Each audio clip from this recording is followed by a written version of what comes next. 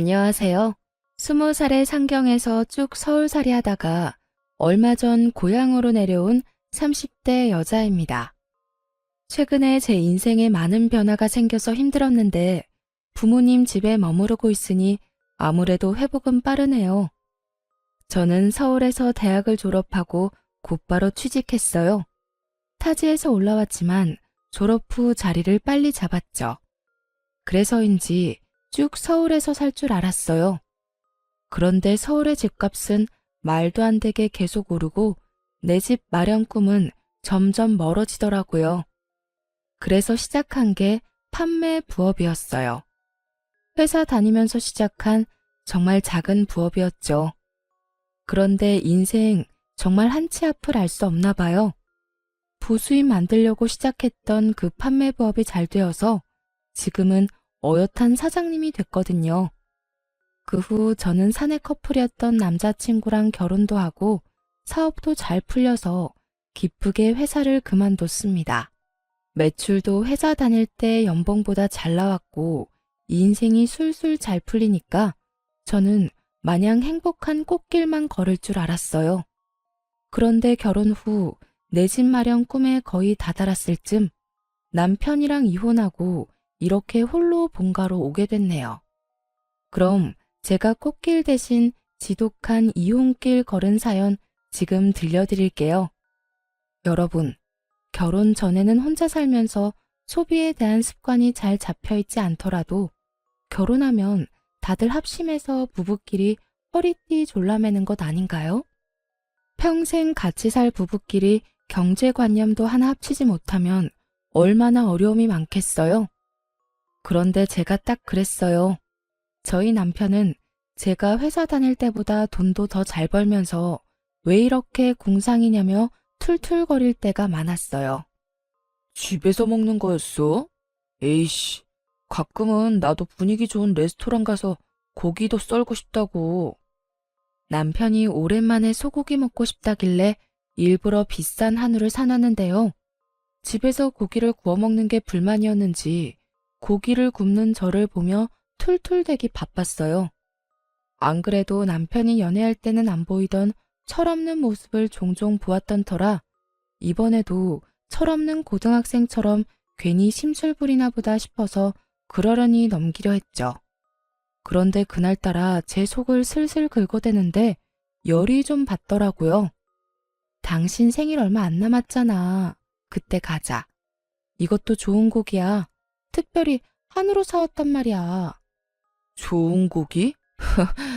당신이 사왔으면 못 뻔하지. 또 할인하는 고기 사왔지? 그리고 넌 레스토랑을 꼭 무슨 날이어야 가냐? 인생 재미없게. 아, 돈 벌면 좀 쓰는 재미가 있어야 하는데 그런 게 전혀 없잖아. 아니, 할인하는 건 사람이 못 먹는 소고기야? 일부러 시간 내서 사왔는데 말을 왜 그렇게 밉게 해? 우리 부자 아니고 그냥 평범한 서민이잖아. 당연히 레스토랑은 무슨 날이어야 가는 게 맞지. 그리고 재미가 없긴 뭐가 없냐? 통장에 잔고가 느는 재미가 있잖아. 난 잔고 보면 재밌기만 하고만 뭘. 아, 당신도 얼른 우리 명의로 된 집에서 살고 싶다며. 둘이 열심히 모아야 하루빨리 집을 사지. 하여튼 말로는 이길 수 없다니까. 아니, 난 그 과정이 이렇게 지질이 궁상일 줄은 난 몰랐지. 자유롭게 돈 펑펑 쓰는 우리 형이 부럽다. 자기야, 소고기 먹고 싶대서 소고기 사온 게 뭐 그렇게 궁상이야. 아, 먹기 싫으면 먹지 마. 당신 말하는 거 보면 뭐 어디가 예쁘다고 소고기를 사왔는지 모르겠어. 그냥 돼지고기나 닭고기 사올 걸 그랬다. 뭘 또 그렇게까지 화를 내. 아, 미안해. 내가 잘못했어. 당신도 참, 그냥 남편이 푸념 조금 한 거 가지고. 남편은 제가 고기를 구우면 막상 맛있게 잘 먹을 거면서 그렇게 꼭 눈치 없는 밉상처럼 한마디씩 흘리더라고요. 아니, 저희 부부가 먹는 양이 적은 것도 아니고 레스토랑 가서 스테이크 먹으면 20만 원은 거뜬히 나오거든요. 저도 나름 감성적인 여잔데 그런 분위기 왜 안 좋아하겠어요? 하지만 저는 분위기 따지며 큰돈 쓸 바에는 집에서 한우 10만 원치 먹는 게 낫다고 생각했거든요. 그리고 분위기만 따지는 소비는 내가 원하는 내 집 마련 시기를 점점 늦추기만 할 뿐이잖아요. 뭐 남편도 언행 불일치이긴 했어도 저와 같은 꿈을 꾸고는 있었어요. 아무래도 혼자 집을 마련하기는 좀 힘들어도 둘은 좀 낫잖아요. 이제 인생의 큰 숙제인 결혼도 했으니 얼른 돈 모아서 집도 사고 무엇보다 자기 형만큼 잘 살고 싶다는 욕심이 큰 사람이었어요. 하지만 돈 모으는 과정이 폼나는 게 아니라는 걸 저희 남편은 인정하고 싶지 않은 눈치였죠. 그도 그럴 것이 시숙이 딱 남편이 동경하는 삶을 살고 있었거든요. 주말이면 골프 치고 레스토랑 가는 것들이 시숙에게는 너무나 당연하고 평범한 일상이어서 남편이 참 부러워했죠. 글쎄요. 저는 남편만큼 그런 것들이 크게 부럽지는 않았어요. 시숙이 얼마나 많은 돈을 버는지까진 잘 모르지만 그런 소비 습관은 자칫 위험하다고 생각했거든요. 시숙은 사업을 해서 비교적 큰 돈을 굴리는 사람이었어요. 그래서 씀씀이도 저희와 급이 달랐죠. 1억 넘는 외제차는 기본이며 머리부터 발끝까지 명품 하나씩은 꼭 지니고 다니더라고요. 하지만 겪어보니 형님 내외의 그 속내까진 명품이 아니더라고요. 우리 어머니 음식 싹 비웠네요. 다행히 입맛에 맞으셨나 봐요. 그래, 여기 참 음식이 하나같이 정갈하고 맛있구나. 이런 곳은 또 어떻게 찾은 거야? 저번에 거래처랑 미팅 끝나고 여기서 한 끼 대접받았거든요. 너무 괜찮아서 식구들 여기 꼭 한번 데려오고 싶었어요. 우리 장남 덕분에 내가 오늘도 한 끼 든든하게 잘 먹었다. 식구들 다 나 아니면 누가 챙겨요? 제가 잘 대접해야죠. 근데 말이다. 둘째 너희들은 우리 장남한테 이렇게 얻어먹고 항상 잘 먹었다는 인사는 제대로 하고 있는 거냐? 이놈아, 형이 아무리 돈을 잘 번다지만 가끔씩은 너희가 살 때도 있어야지. 남편에게 그런 말을 하면서 꼭 제게 눈을 흘기는 시모였죠. 제가 시댁에 돈 쓰지 말라고 남편 잡은 것도 아닌데 말이죠. 시모는 식구들과 식사할 때마다 꼭 저희에게 그런 잔소리를 했어요. 언제나 형 부부를 본받아라. 이런 형이 어딨냐고 말이죠. 시모는 특히 식사 직후 입에 침이 마르도록 시숙과 형님에 대한 칭찬을 늘어놓았어요. 그리곤 끝은 꼭 저희를 나무랐죠. 저희 부부가 딱히 잘못한 것도 없었거든요. 처음에는 그냥 시모가 밥을 먹으면 입으로 소화시키는 스타일이구나 하며 참았어요. 그런데 참는 것도 한두 번이지. 저도 여러 번 듣다 보니 너무 거북해서 어느 날은 가만히 있지 못하겠더라고요. 무엇보다 제겐 당당히 나설 수 있는 이유가 충분히 있었어요. 시숙은 다 같이 외식할 때면 꼭 나서서 이렇게 큰 소리치곤 했어요. 오늘 식사는 이 장남이 계산할게요. 난 정말 우리 가족들 입에 들어가는 건 하나도 아깝지 않아. 처음에는 저도 감사했는데 나중에는 그냥 엄청 웃겼어요. 자기가 식사 계산한다고 온갖 생색내며 계산하더니 막상 집 가면 남편한테 식사값의 반을 입금하라고 연락이 왔거든요. 저도 이 사실을 나중에서야 알았어요. 남편은 평소에 눈치 없이 제 속을 잘만 긁으면서 어쩜 자기 식구들 앞에서는 한마디도 못하는 거예요. 참 못났죠? 아니, 이번 식사는 진짜 아주버님이 사는 거 아니었어? 매번 왜 어머님 앞에서는 본인이 결제한다면서 큰소리치고 뒤에서 얌체같이 당신 보고 돈을 보내래? 그거야 그냥 형도 엄마 기분 좋으라고 그러는 거지 뭐. 그러니까 그게 뭐야. 사람 바보 만드는 것도 아니고. 난 더 이상 형님이랑 아주버님 장단에 맞춰주기 싫어. 게다가 어머님은 항상 우리 계산 안 한다고 눈치 주잖아. 잘못한 것도 없는데 왜 우리가 눈칫밥을 먹어야 해? 저는 아무리 생각해도 이해가 안 되는 행동을 남편은 그래도 엄마 앞에서 장남인 형의 길을 세워주는 게 동생으로서 도리라며 당연하게 생각하더라고요. 이게 다 효도라며 모질이 같은 말을 하는데 속에서 천불이 났어요. 그리고 시숙 내외가 가만히 있으면 모르겠는데요. 매번 돈은 저희랑 나눠서 내면서 양심에 찔리지도 않는지 온갖 생색을 내는 꼴이 너무 보기 싫더라고요. 심지어 자기들은 돈도 많아서 명품 휘감고 다니면서 왜 그런 거짓말을 하는지 도무지 이해할 수가 없었어요. 오늘 밥값도 또 우리 장남이 혼자 다 계산하는 거냐? 둘째 너는 형이 계산하기 전에 좀 나설 수 없어? 엥. 형, 잘 먹었어. 역시나 형 앞에서 아무 말 못하고 멍청하게 당하는 남편을 저는 힘껏 노려보면서 어머님께 사실을 말하려 했어요. 그게 아니라요, 어머님. 사실은 어머니, 또 잘 드시고 왜 그러세요? 누가 계산하는 게 뭐가 중요해요? 다들 식사 맛있게 했으면 됐죠. 맞아요, 어머님.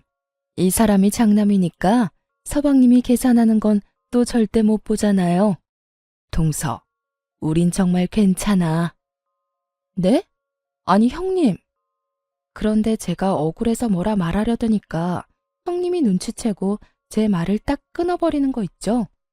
어머님, 그리고 좀 더 여유로운 쪽이 계산하는 게 맞죠. 저희는 정말 누가 계산하고 그런 거 전혀 신경 안 쓰니까 너무 그러지 마셔요. 언젠가는 서방님이랑 동서도 크게 쏘겠죠. 그치, 동서? 형님이 그 순간 제게 윙크하면서 말하는데 어이가 없어서 말문이 턱 막혀버리더군요. 그리고 어머님, 저희 남편이요. 저한테는 새옷 한 벌 사주는 것도 아까워하는데 어쩜 식구들 챙기는 건 진짜 끔찍해요. 여보, 나한테도 좀 잘해. 허허허, 내가 항상 당신한테 고맙고 미안하지. 두 사람 정말 보기 좋구나. 둘째 너희는 이 모습 잘 보고 배워라. 에휴, 가족들한테 푼돈 아껴서 얼마나 잘 살려고 그러는지 원. 엄마, 둘째도 얼른 돈 모아서 자기 집 마련해야죠. 에이그, 그건 또 그렇네. 돈이 웬수다 웬수야. 엄마, 저희도 노력하고 있어요. 시모에게 대놓고 안 좋은 말을 듣는데도 아무 변명 없이 너털웃음 짓는 남편을 보고 저는 결심했네요. 얄미운 아주버님과 형님을 그날은 꼭 한 방 먹이기로요. 어머, 그런데 형님, 이건 또 못 보던 가방이네요. 아, 얼마 전에 아주버님 출장 갔다가 사왔다는 그 구하기 어렵다는 땡땡 명품백 맞죠? 응? 무슨 소리야, 동서. 에이, 좋은 가방 들고 계신데 티를 안 낼 수가 없죠. 그리고 저번에 전화로 말해주셨잖아요. 얼마 전에 연예인이 메고 나와서 구하기가 하늘의 별 따기라던 가방이 이거 맞죠? 아주버님 참 능력도 좋으시네요. 이 비싼 가방을 형님한테는 턱턱 사다 주시고 전화로 들었던 것보다 실물이 더 예쁘네요. 평소에 제가 궁금해하지도 않는데도 그렇게 전화를 해서는 선물 하나 받을 때마다 그렇게 자랑질을 해댔거든요. 보통 시숙이 출장 가서 사온 선물들은 다 비싼 명품이었으니까요. 그러니 오만 곳에 자랑하고 싶어서 입이 얼마나 근질거렸겠어요. 그리고 제가 평소 검소하게 다니고 명품도 들지 않으니까 신난 형님은 은근히 염장을 지르며 저를 무시했었거든요. 그래서 시모 앞에서도 그 명품 자랑질을 어디 마음껏 해보라고 제가 판을 깔아줬죠. 시숙 역시나 제 말에 많이 당황한 듯 보였어요. 형님은 곤란한 얼굴로 누나를 요리조리 굴려댔어요. 시숙 눈치 한번 봤다가 다시 시모 눈치 봤다가 아주 바빴죠. 에이, 동서, 무슨 소리야. 저 가방 얼마 안 해. 아, 역시 아주버님한테는 국산차 한 대 값이 그렇게 큰 돈은 아닌가 봐요. 저는 무서워서 남편이 그런 비싼 가방 사준다 해도 싫다고 거절했을 거예요. 뭐? 국산차? 네, 어머님. 아주버님 정말 로맨티스트이지 않아요? 출장 갈 때마다 어떻게 한 번도 빼먹지 않고 구하기 어려운 명품백을 턱턱 구해오시는 건지. 으이그, 여보. 아주버님이 형님한테 이렇게 잘하는 걸 당신은 좀 보고 배울 필요가 있어. 그게, 여보, 그건 지금 할 얘기가 아닌 것 같은데. 응? 뭐가? 저는 아무것도 모른다는 얼굴로 해맑게 웃었어요. 남편이 눈치 보느라 진땀 빼고 있을 때 시모는 역시나 제가 예상한 반응을 보였죠. 참나, 넌 네 애미는 생각이 안 나던? 엄마, 그게요. 애미야, 너는 네 시애미 생각 안 나던? 어머님, 그런 거 아니에요. 아니긴 뭐가 아니니? 너네 지금 늙은이는 명품이고 뭐고 그냥 돼지처럼 배만 불리면 된다 그거지? 난 뭐 먹을 줄만 알아? 좋은 가방은 나도 들 수 있는데 너넨 어쩜 내 속을 몰라주니? 무슨 그런 말씀을 하세요? 어머님, 그런 거 아니에요. 아니긴 뭐가 아니여? 그러게, 당신은 뭐하러 가방 자랑을 했어? 사실 짝퉁이잖아, 그거. 그래, 엄마, 저 가방 얼마 안 해요. 그렇지. 짝퉁인데 내가 너무 오버했네. 맞아요, 어머님. 이거 가방 짝퉁이에요. 짝퉁은 무슨? 아니 정말 너희 나를 호구로 보는 거니? 명품 모르는 내가 봐도 딱 알겠다. 엄청 비싼 가방이란 걸. 그리고 저는 마지막으로 결정타까지 날렸답니다. 어머, 어머님, 제가 괜한 말을 했나 봐요. 죄송해서 어쩌죠? 그럼 오늘은 저희가 계산하고 저희는 이만 일어날게요. 매번 반반 계산해서 마음이 많이 쓰였거든요. 뭐? 아니 이건 또 무슨 소리야? 반반? 네? 그게요. 그동안 아주버님이 계산하면 저희가 항상 식사값 절반은 따로 입금해 드렸거든요. 그게 항상 마음에 너무 걸렸어요. 어머님, 많이 서운하셨죠? 한 번은 저희가 사야지 했는데 지금껏 계속 반만 계산했네요. 진실을 안 시모는 차마 장남한테 대놓고 창피 죽인 그런지 형님을 한번 째려보고 한숨을 푹푹 쉬며 자리를 떴습니다. 장남이랑 큰 며느리가 자기들 명품 살 돈은 있으면서 식구들 밥 한 끼 살 돈은 없나 보구나. 에휴. 아이고 내 팔자야. 어디 서러워 살겠냐? 형님은 시모가 무서운지 쥐 죽은 듯 잠자코 있었어요. 그런데 시모가 사라지자마자 제게 기다렸다는 듯 목에 핏대까지 세우며 따지더군요. 동서, 아니, 동서 정말 웃긴다. 여태 가만히 있다가 오늘은 갑자기 왜 나서서 집안 분위기를 이렇게 망쳐? 제가 뭘요? 저는 그냥 형님 가방이 정말 예뻐서 칭찬한 것뿐인데요. 참나, 지금 명품 가방 없다고 질투하는 거야 뭐야? 잔뜩 화난 시숙 역시 저와 남편에게 눈을 부라리며 말했어요. 가방도 가방이지만 내가 진짜 엄마 앞에서 쪽팔려서. 아니 재수씨, 이게 도대체 무슨 상황입니까? 아주버님, 혹시 밥값 이야기 때문에 그러세요? 그런데 아주버님, 어머님 앞에서는 쪽팔리고 동생이랑 제 앞에서는 괜찮으세요? 저라면 동생 앞에서 더 쪽팔릴 것 같은데. 아니 뭐요? 그렇잖아요. 매번 가족 식사할 때 계산은 같이 하면서 혼자 다 계산하는 척 하셨잖아요. 어머님한테 칭찬도 혼자 들으시고. 동서, 지금 사람 좋아 보이니까 우리가 호구로 보여? 어디 감히 윗사람한테 그런 식으로 나와? 네, 그러니까요.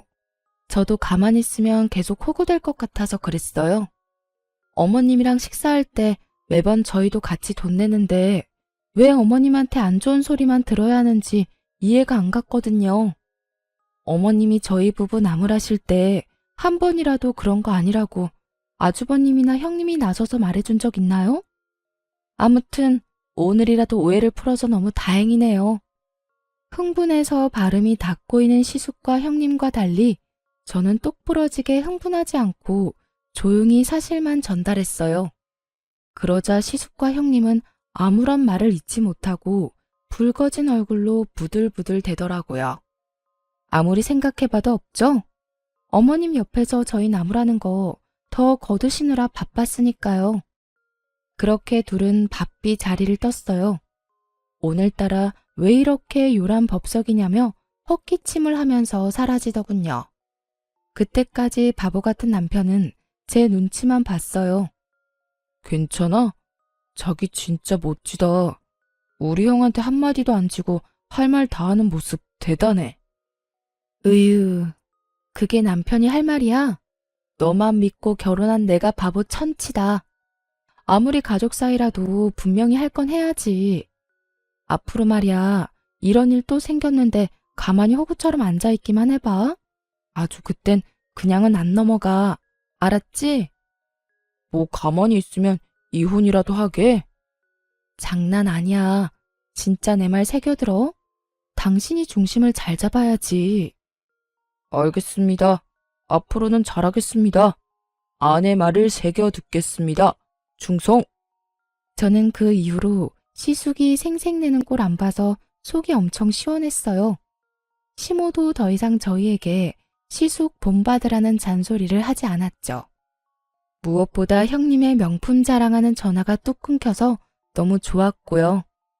그런데 그 사건 이후 가끔씩 보이는 남편 반응이 너무 웃기더라고요. 제가 나설 때는 가만히 있더니 자기도 막상 생각할수록 분이 났나 봐요. 근데 우리 형 진짜 생각할수록 너무한 것 같아.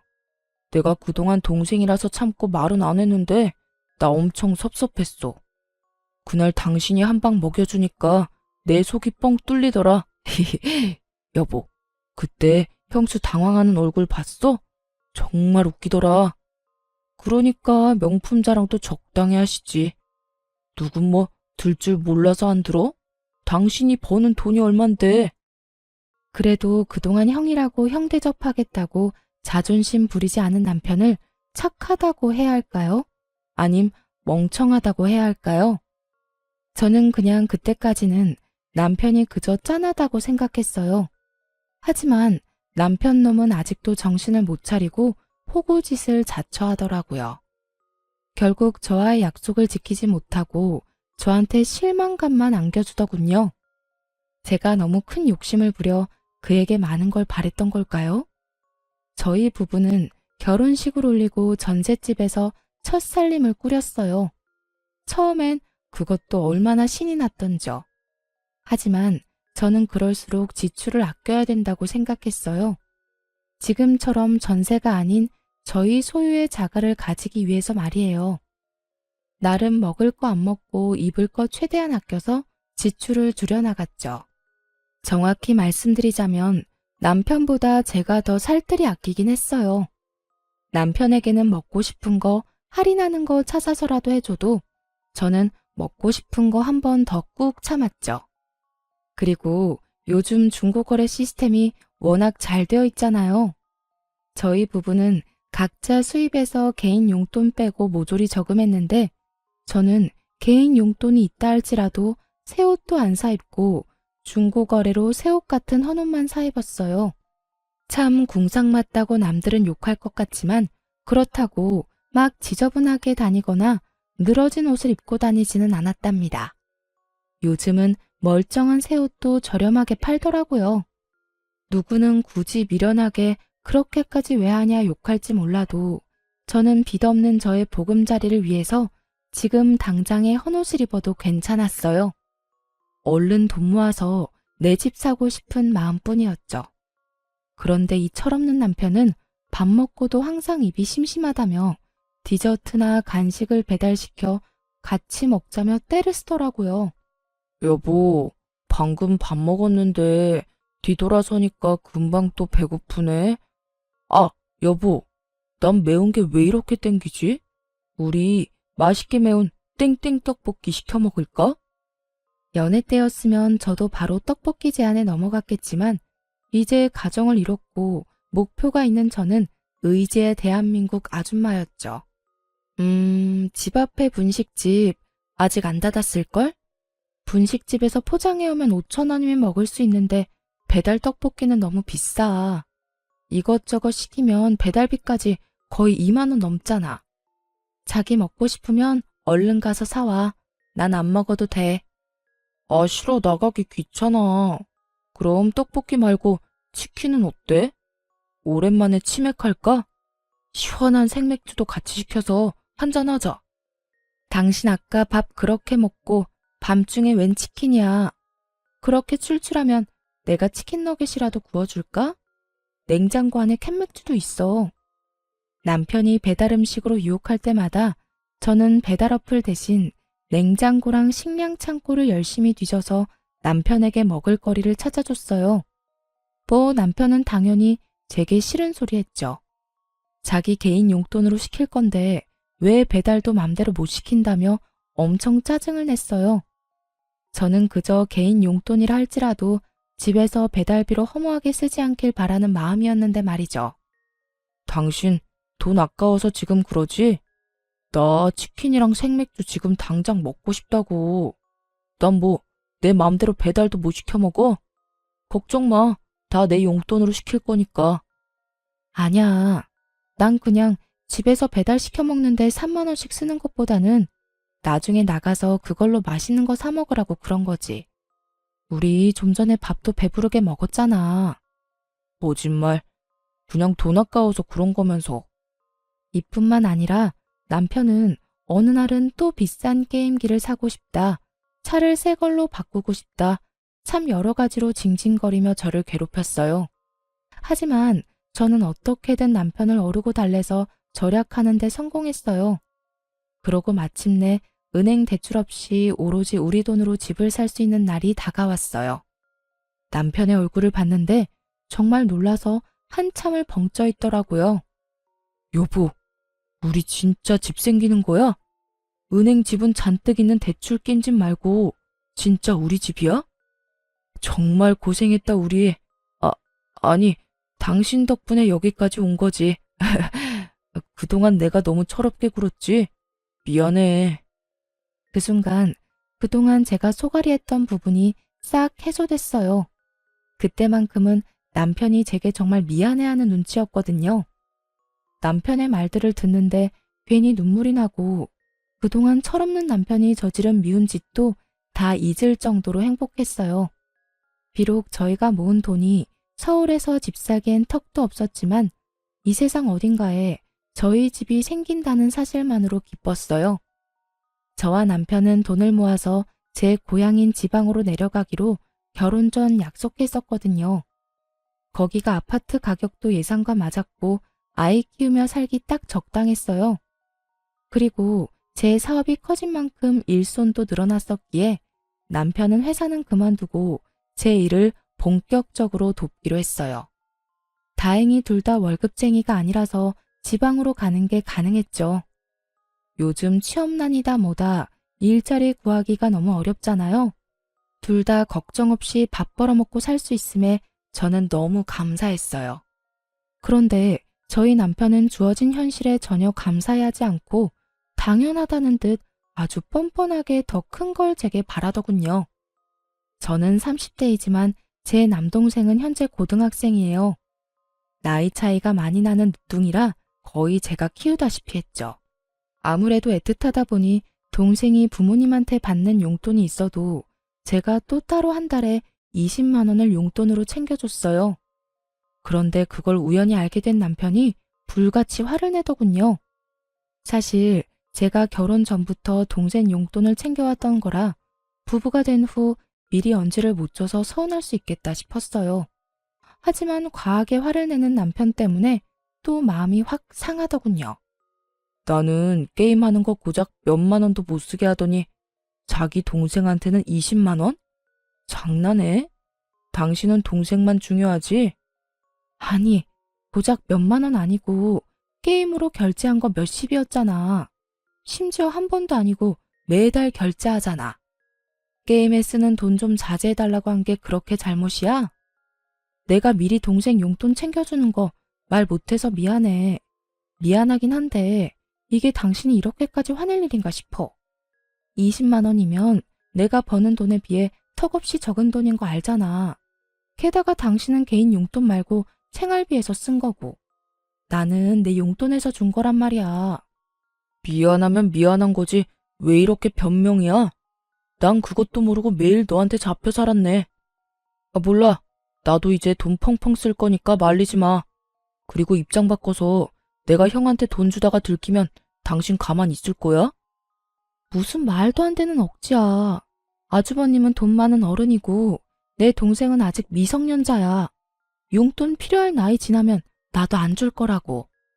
그리고 내가 그랬던 건 전부 나 위해서 그랬던 것만은 아니잖아. 당신도 우리 집 이렇게 빨리 구매하게 됐다고 분명 기뻐했었잖아. 우리 둘을 위한 거였는데 항상 왜 나만 나쁜 사람 만들어 왜? 와, 이젠 자기가 잘못해놓고 큰 소리네. 종종 남편은 개인 용돈을 다 썼다며 함부로 저축 통장에 손을 댔다가 제가 엄청 화를 냈었거든요. 함께 모으는 통장이고 둘이 살 집을 사기 위해 모으는 돈인데 저 몰래 게임 아이템 결제하고 배달 음식 먹다가 여러 번 들켰어요. 저는 그거 못하게 한 것뿐이었는데 남편은 제 동생 용돈을 빌미로 잡아서 아주 큰 소리 뻥뻥 치더라고요. 속으로 참 막막했어요. 아직 자식을 기른 적은 없다만 못난 아들 하나 데리고 있는 심정이랄까요? 한참 어린 제 동생보다 더 철없어 보였으니 이런 남자인 줄 알았다면 결혼까진 안 했을 텐데 속으로 이런 생각을 수십 번도 넘게 했네요. 하지만 이미 결혼식도 치렀고 이런 게 이혼 사유가 된다고 생각하진 않았어요. 철없는 남편일지라도 사랑해서 결혼한 건 사실이잖아요. 애써 남편의 좋은 점을 떠올리며 긍정적으로 생각하고 넘겼어요. 그런데 이런 제 노력에도 불구하고 넘길 수 없는 큰 고비가 찾아오더군요. 남편과 말다툼하고 며칠 뒤였어요. 서로의 답답함에 대화도 제대로 안 했었거든요. 그래서 서로 서먹한 상태 그대로 시모 생일을 맞이했어요. 어쨌거나 남편은 제가 동생한테 용돈 20만 원 주는 게 서운하다 했으니 이번엔 제가 먼저 시모 생일을 제대로 챙겨주면 남편도 화가 풀릴 거라 생각했어요. 어머님, 생신 정말 축하드려요. 고맙다. 제가 아직까지는 어머님 취향을 잘 몰라서 용돈 준비했어요. 다음에는 어머님 취향 잘 공부해서 센스 있게 선물로 드릴게요. 그때 제가 시모의 생일 용돈을 준비했다고 하니까 남편은 제게 소리 없이 입모양으로 얼마냐고 묻더군요. 저도 마찬가지로 입모양으로 100이라고 말하자 남편은 뭔가 마음에 안 든다는 듯 아리송한 표정을 지었어요. 식사 끝나고 저랑 같이 백화점 가요, 어머님. 제가 가서 마음에 드는 가방 하나 사드릴게요. 용돈도 모자라서 가방? 어머, 둘째가 무슨 일이냐? 무슨 좋은 일이라도 생겼어? 요즘 사업 잘 풀리나 봐. 그래, 일이 안 되기만 하면 재미없지. 그래, 아무쪼록 잘 풀려서 다행이다. 네? 저 사업은 잘 안 된 적은 한 번도 없었는데.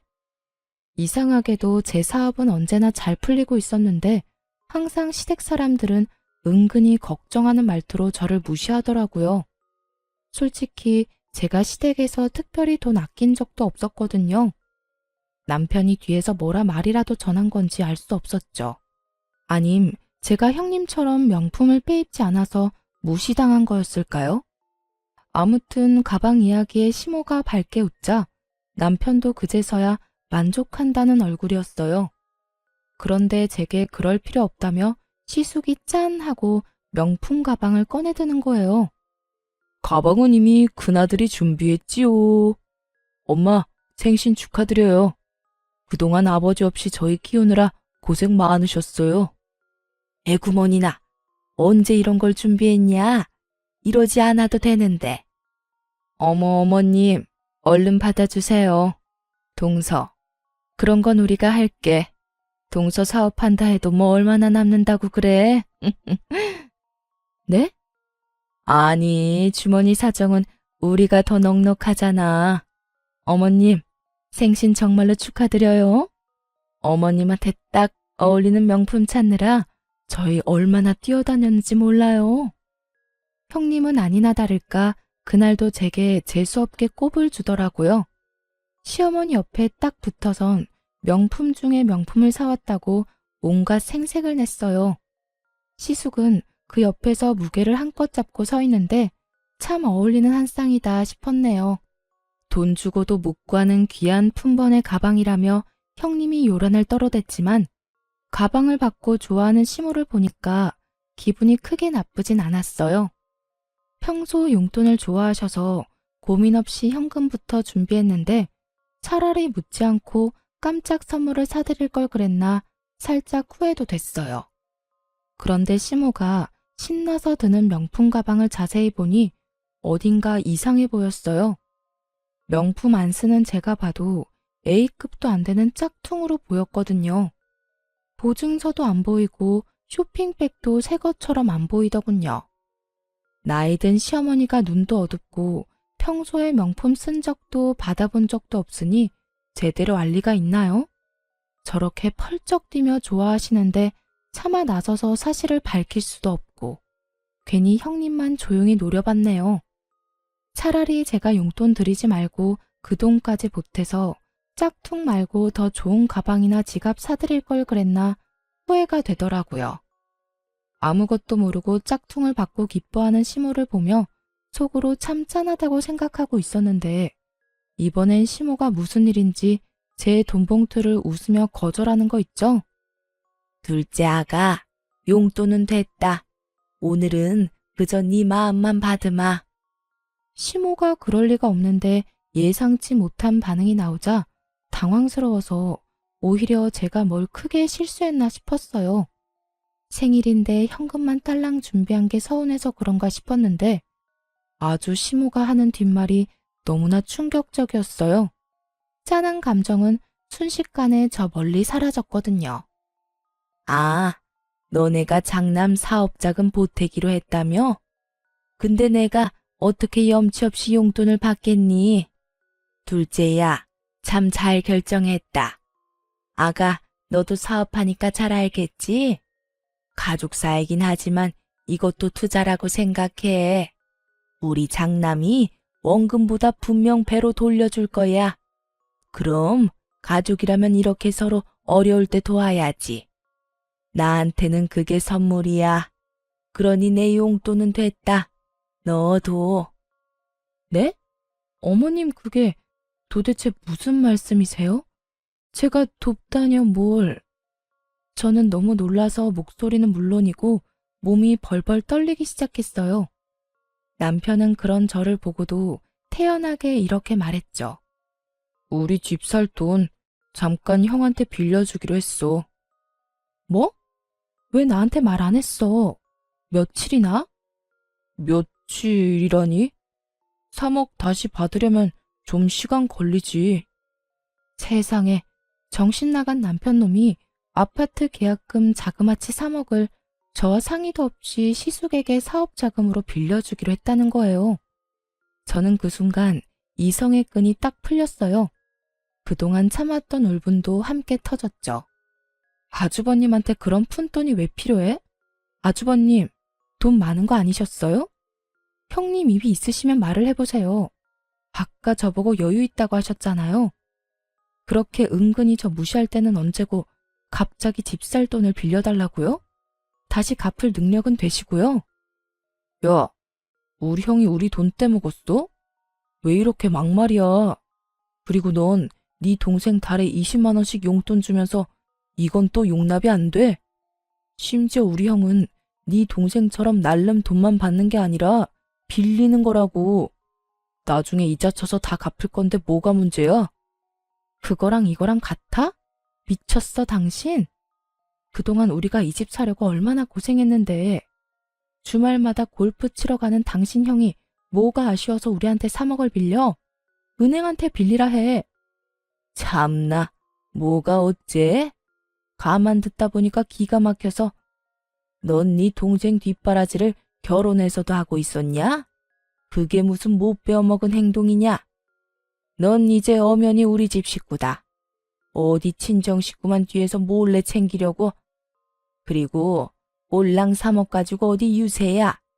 넌 시댁이 우습냐? 어머님, 3억이에요. 그게 비교가 되나요? 그리고 결혼했다 해도 친정이 남이 되는 게 아니잖아요. 네, 우스워요. 너무너무 우습네요. 무엇이라? 시모는 그 자리에서 저를 잡아먹을 듯이 달려들어 호통을 치더군요. 여러분, 20만 원이랑 3억이 같은 선상에서 비교할 게 되나요? 아무리 빌려준다지만 최소한 저랑 상의는 했어야 하잖아요. 당연히 그 3억에는 남편보다 제가 더 지분이 많았고요. 무엇보다 남편이 저와는 아무런 상의 없이 집값을 시댁에 홀랑 다 넘겨줄 계획을 하고 있었다는 게 너무 소름 끼쳤어요. 당신한테 미리 말 못한 건 내가 미안해. 근데 집에 가서 따로 이야기하면 되는 걸 이런 날 꼭 여기서 이런 식으로 싸워야 직성이 풀려? 그리고 막말로 내가 진작 털어놨어도 당신이 쉽게 허락했겠냐고. 설마 아니지? 그래, 아파트 잔금 안 넣었어. 설마 했는데 시모 생일이 아파트 잔금 치르는 날짜였거든요. 여태 안 치르고 이놈이 그걸 시숙에게 넘겨줄 생각을 하고 있었더라고요. 정말 미쳤어, 당신. 그동안 미운 짓 해도 나쁜 짓은 안 해서 참았어. 근데 이렇게 내 뒤통수를 쳐? 제가 참다 못해 소리를 지르자 시모가 좋은 날 분위기 망치지 말라며 오히려 큰 소리를 치는데 하는 말이 참 가관이었어요. 참나, 우리 집에 들어와서 다시 열심히 모으면 그깟 지방 아파트 한 채는 금방 산다. 뭘 3억에 그렇게 발발 떨고 난리야? 역시 너는 그릇이 너무 작다. 그러니까 사업에 동 발전이 없는 거야. 우리 장남처럼 배포가 커야지. 그리고 이참에 너 부족한 살림도 나한테 배우고 얼마나 좋은 경험이야? 그런 와중에도 형님은 시모 뒤에 숨어서 아무 말 안 하고 새침하게 있더군요. 시숙도 헛기침을 하며 사과나 부탁의 말 없이 통보하듯 금방 쓰고 돌려주겠다 말했어요. 상식이 안 통하는 시댁 식구들과 정말 답이 없는 남편을 보니 저는 이쯤에서 결혼 생활 마무리해야겠다 싶었어요. 그동안 사치 부리고 돈도 물 쓰듯 함부로 쓰는 걸 두 눈으로 다 봤는데 제가 뭘 믿고 피 같은 돈을 맡기겠어요? 그리고 제가 왜 멀쩡한 제 집 두고 시댁에 들어가 시집살이를 해야 되는지. 더 이상 볼 것도 없던 저는 그 자리에서 일어나 곧장 남편 싸대기를 날리며 선언했네요. 이혼해. 징글징글하다 아주. 너도 너네 식구들도 하나같이 다 꼴도 보기 싫어. 아무짝에도 쓸모없는 당신 아들 더 이상 필요 없으니 반품합니다. 얼른 데리고 가세요, 얼른. 불량도 이런 불량이 없지. 그 와중에 시모는 자기 아들 뺨 맞은 것만 눈에 보이는지 아주 개거품을 물더라고요. 네가 감히 어디 손찌검이야? 그리고 뭐 불량? 너 말 다 했냐? 네, 불량은 물론이고 절대 못 고쳤어요. 저 그동안 이 철없는 자식 데리고 사느라 너무 힘들었거든요. 뺨 한 대 정도는 양반 아닌가요? 더 날리고 싶은 거 겨우 참은 거예요. 그러니까 이제 어머님이 이놈 다시 데려가서 마저 키우세요. 툭하면 애처럼 구는데 아직 덜 자란 것 같거든요. 아님 원래 저런 정신 수준일지도 모르겠네요. 그리고 꼴랑 3억, 그깟 3억 정 보태고 싶으면 어머님 집 팔아서 보태주시면 되겠네요. 저는 여기 그 누구한테도 제 돈 한 푼 줄 생각 없어요. 여보, 너 진짜 왜 그래? 정신 차려. 너무 흥분했어. 그만해. 진정하고 집 가서 이야기해. 너야말로 정신 못 차렸니? 아직도 상황 파악이 안 돼? 네 형한테 투자하고 싶으면 이혼하고 네 돈으로 해, 이 자식아. 남편은 지금껏 뭘 믿고 그렇게 나댔던 건지 저의 단호한 이혼 선언에 동공이 마구 흔들리며 깨갱하더군요. 내가 잘못했어. 우리 일단 집 가서 둘이 이야기해, 응? 남편은 이런 반응은 예상을 못했던 건지 갑자기 잘못했다고 싹싹 빌기까지 하더라고요. 그런데 더 어이가 없는 건 남편 옆에 서 있던 시숙 부부가 하나도 잘못한 거 없다며 얼른 일어나라며 호통치는 모습이었죠. 자기들이 꼭 피해자인 것처럼 행동하는 꼬라지를 보고 있자니 너무너무 약이 올랐거든요. 그래서 혼자 삼키려던 말도 참지 않고 시원하게 내뱉어줬어요. 내가 진짜 이 말까지 안 하려고 그랬는데 어머님 잘 들으세요. 사실 아주버님이 준 저 가방 짝퉁이에요. 그것도 동네 어디 시장에서 10,000원 주고 산 것 같은데 어머님 수준에 딱 맞는 가방 사왔다고 떠들어대더니 백화점도 아닌 시장 바닥이라고요. 이래도 어머니 생각만 하는 아주 끔찍한 장남 같아요? 어디 모임 같은 데 들고 나갔다가 쪽팔림 제대로 당하실 텐데. 그때 흥분한 형님이 저를 냅다 밀치려고 해서 빠르게 피했어요. 그랬더니 보기 좋게 혼자 바닥에 고꾸라지더라고요. 이게 무슨 짓이야? 난 아무 짓도 안 했는데. 지금 어디서 이간질이야? 어머님, 그런 거 아니에요. 진짜 짝퉁이냐? 시모가 믿을 수 없다는 듯 가방을 여기저기 살피기 시작했어요. 네, 그 가방 들고 매장에 가보세요. 진품인지 아닌지 알 수 있겠네요. 덤으로 쪽팔림도 없고요. 아니 보증서 같은 것도 없고 허접한 봉투에 담아주는 게 무슨 명품이래? 아주버님도 참 형님한테는 구하기 어려운 명품도 잘만 턱턱 구해주더니 평생 키워준 엄마한테는 A급도 아닌 하급 짝퉁을? 아유, 어머님은 찬밥 안 먹어도 배부르시겠어요. 못난 아들이 하나도 아니고 둘이나 있잖아요. 시모는 어쩐지 이상하더라는 말을 하며 냉큼 형님 머리채를 낚아채더군요. 그런 수모를 겪고도 차마 자기 아들 머리채는 못 잡겠고 분은 풀어야 하니까 선택한 게 며느리 머리채였던 거죠. 게다가 시모한테 구하기 어려운 비싼 가방이라고 어찌나 열심히 바람잡이를 했는지 어찌 보면 형님한테 더 열받았을 수도 있고요. 너 이년아, 넌 다 알고 있었지?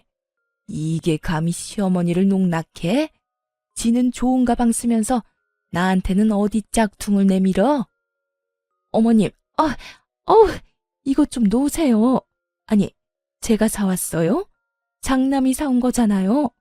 왜 저한테 그러세요? 근데도 이게 정신 못 차리고? 시모는 형님의 머리채를 잡고 마구 흔들다가 분이 안 풀리는지 짝퉁 가방을 사정없이 형님에게 휘두르더라고요. 가방끈이 힘없이 툭 떨어지는 거 보고 하마터면 웃음 터질 뻔했어요. 툭 끊어지는 가방끈 보고 시모도 열받아서 더 난리를 쳤어요. 시숙은 저희 남편에게 안사람 간수를 젖따위로 하냐며 동생 멱살을 잡고 흔들더라고요. 참 우애 좋은 형제들이다 싶었네요. 남편도 그제서야 자기도 호구 잡힌 걸 깨달았는지 자기 형에게 뒤늦은 반항을 하기 시작했어요. 이거 안 놔? 가만히 잘 살고 있는 우리 부부 개싸움하게 만든 게 누군데? 형은 사업한다는 사람이 한심하게 돈 빌릴 구석이 그렇게 없어? 아니, 동생 집 사는 거 막는 걸로도 모자라서 이혼까지 시키고 싶냐고. 군대 이놈이? 정말 개판이 따로 없었습니다. 저는 그 틈에 바로 은행 어플을 켜서 제 몫의 돈을 미리 빼놨어요. 당장 이혼은 선언했지만 정신 나간 남편이 언제 그 돈에 손댈지 모르니까요.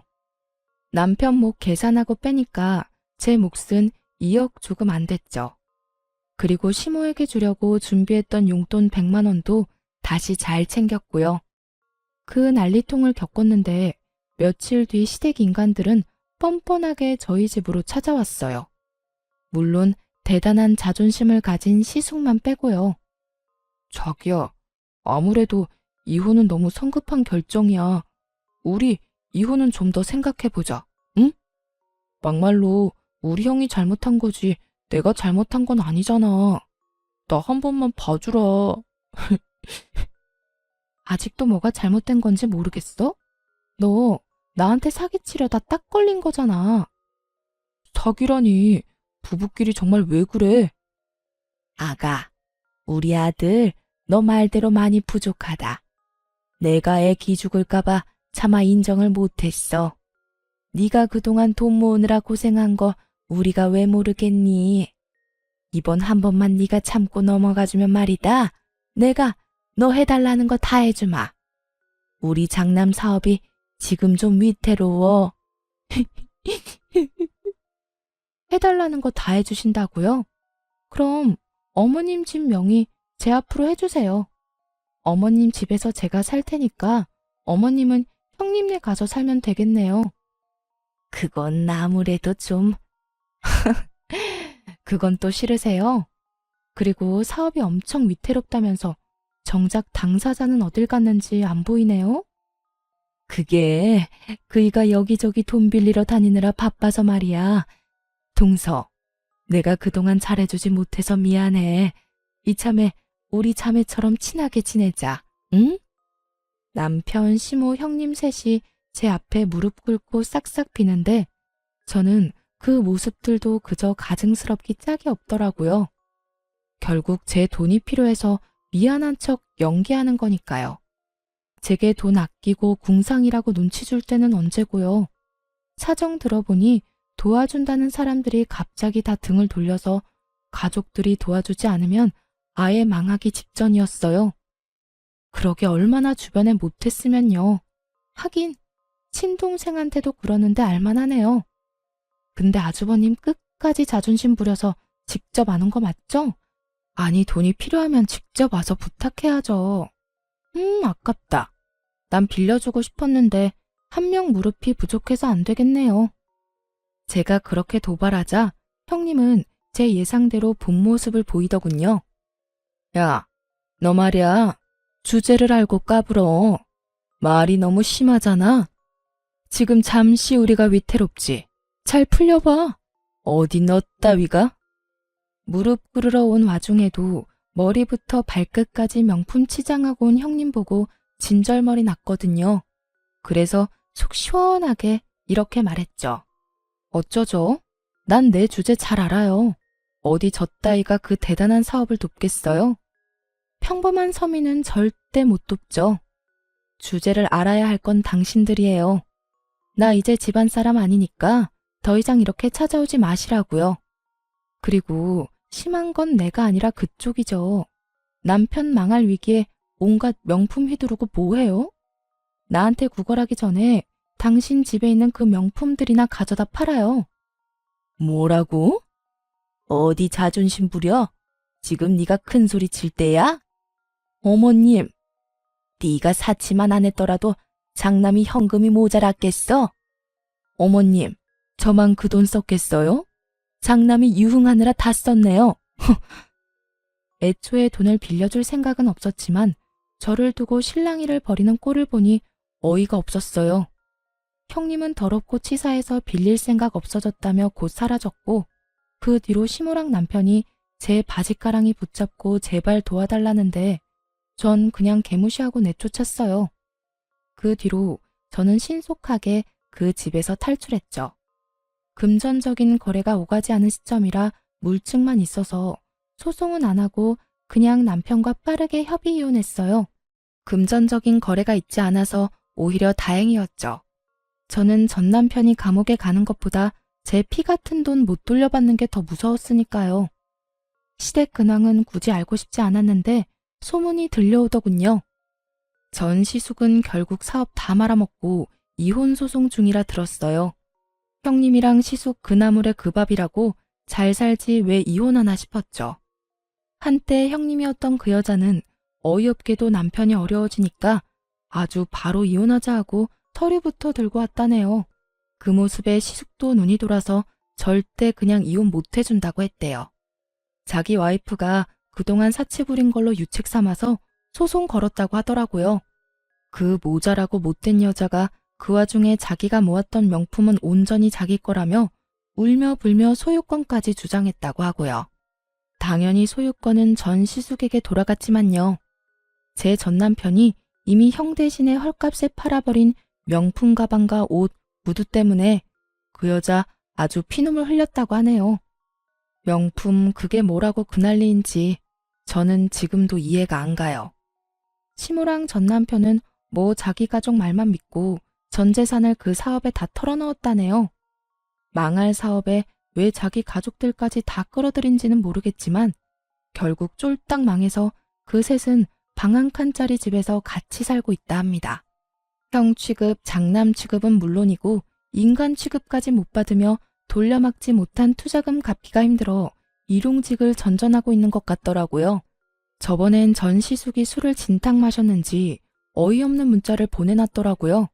읽어보니 저 때문에 망했다며 제 탓을 아주 장문으로 보내놓은 거 있죠? 제가 동업을 한 것도 아니고 돈 안 빌려줬다고 탓하는 건 무슨 심보인지 모르겠어요. 그냥 스스로가 무능한 걸 숨길 핑계가 필요했던 거겠죠?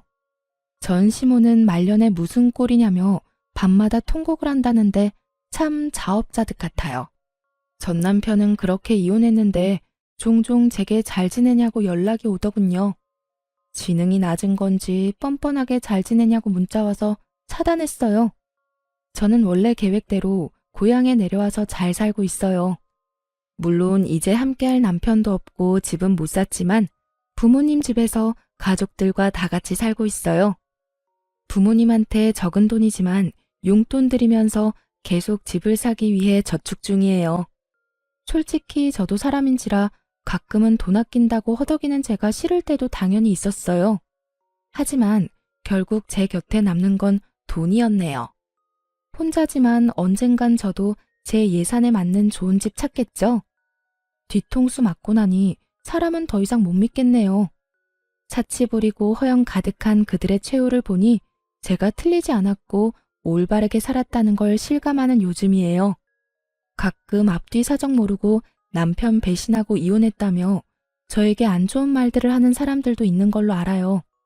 그들에게 이 모든 사정을 하나씩 밝힐 수도 없고 답답했는데 앞으로 제 이야기 뒤에서 하는 사람들에게 이 사연을 대신 보내주려고요.